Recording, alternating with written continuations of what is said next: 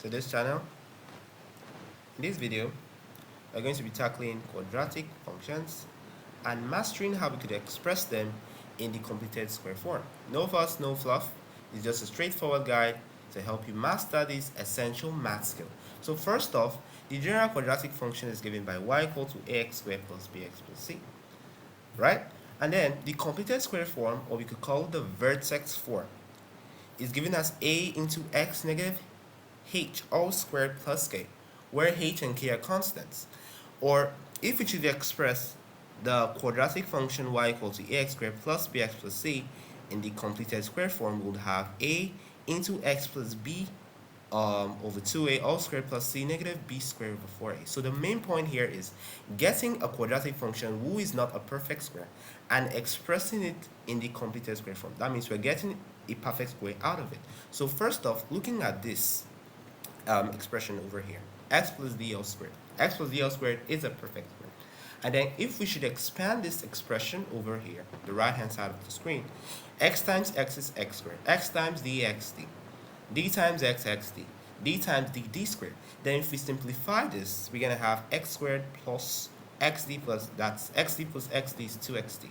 And then we have positive d squared. So the main point here is looking at the coefficient of x, which is the constant, which is the coefficient of x, which is 2d in this case, and then ensuring that the coefficient of x squared is 1.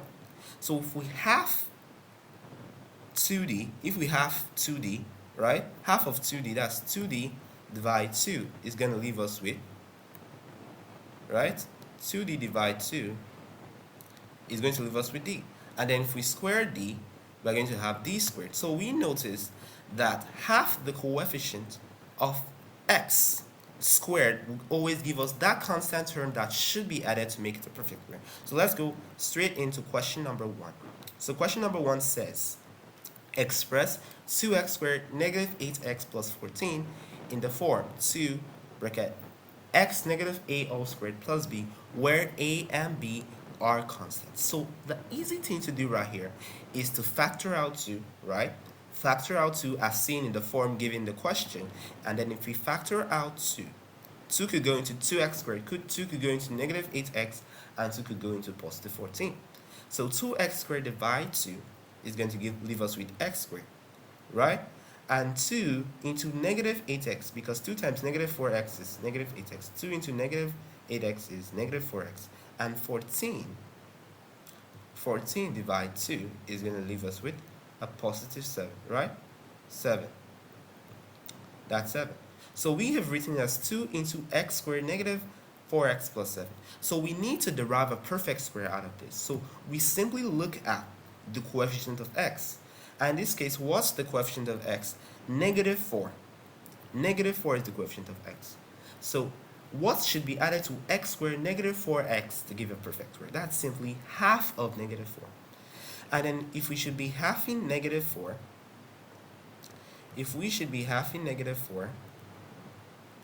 if you have negative 4, 2 into negative 4 is negative 2. Then negative 2 all squared. Negative 2 all squared. Right? 2 times 2 is 4. And negative times negative is positive. So we have a positive 4. So that means 4 should be added.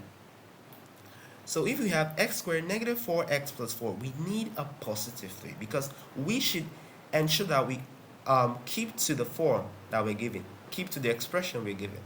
So we could write x squared negative 4x plus 7, which is initially here, as x squared negative 4x plus 4 plus 3, because we've gotten what should be added.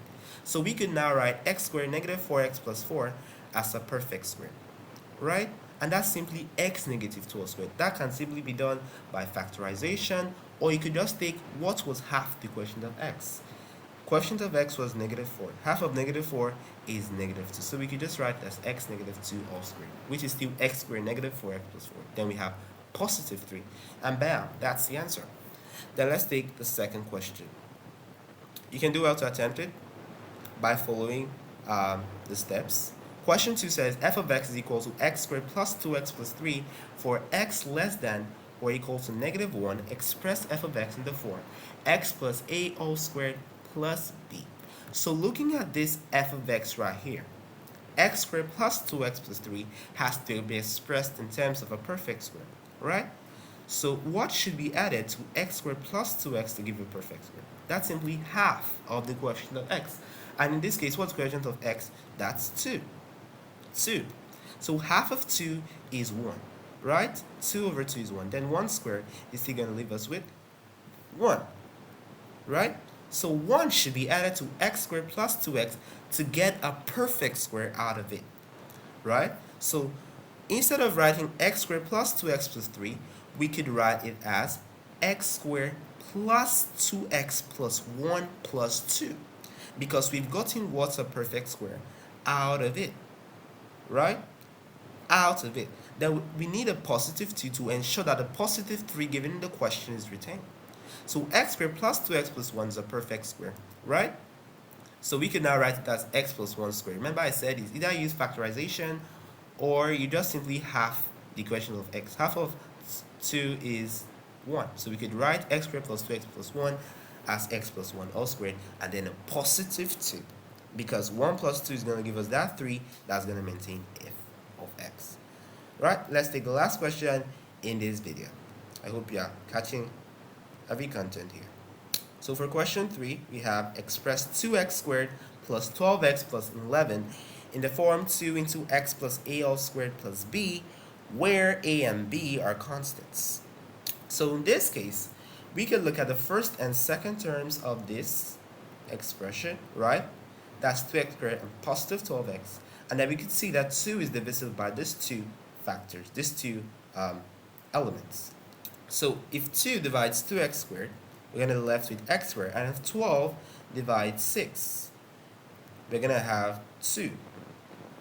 Sorry, if 12 divides 2, we're going to have 6. So we have 2 into x squared plus 6x plus 11, which is what we have here. So we need to express this as a perfect square, right? So what should be added in this bracket to get a perfect square? It's simple. It's just a simple principle.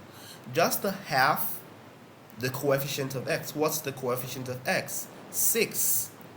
The coefficient of x is 6. Half of 6 is 3. Half of 6 is 3. Then 3 squared is 9. So 9 should be added to x squared plus 6x to give the perfect square. 9 should be added. But there's going to be an effect of adding 9 there, right? If you should add 9 to the bracket, right? If you should add 9, there's going to be an effect. 2 times x squared, 2x squared.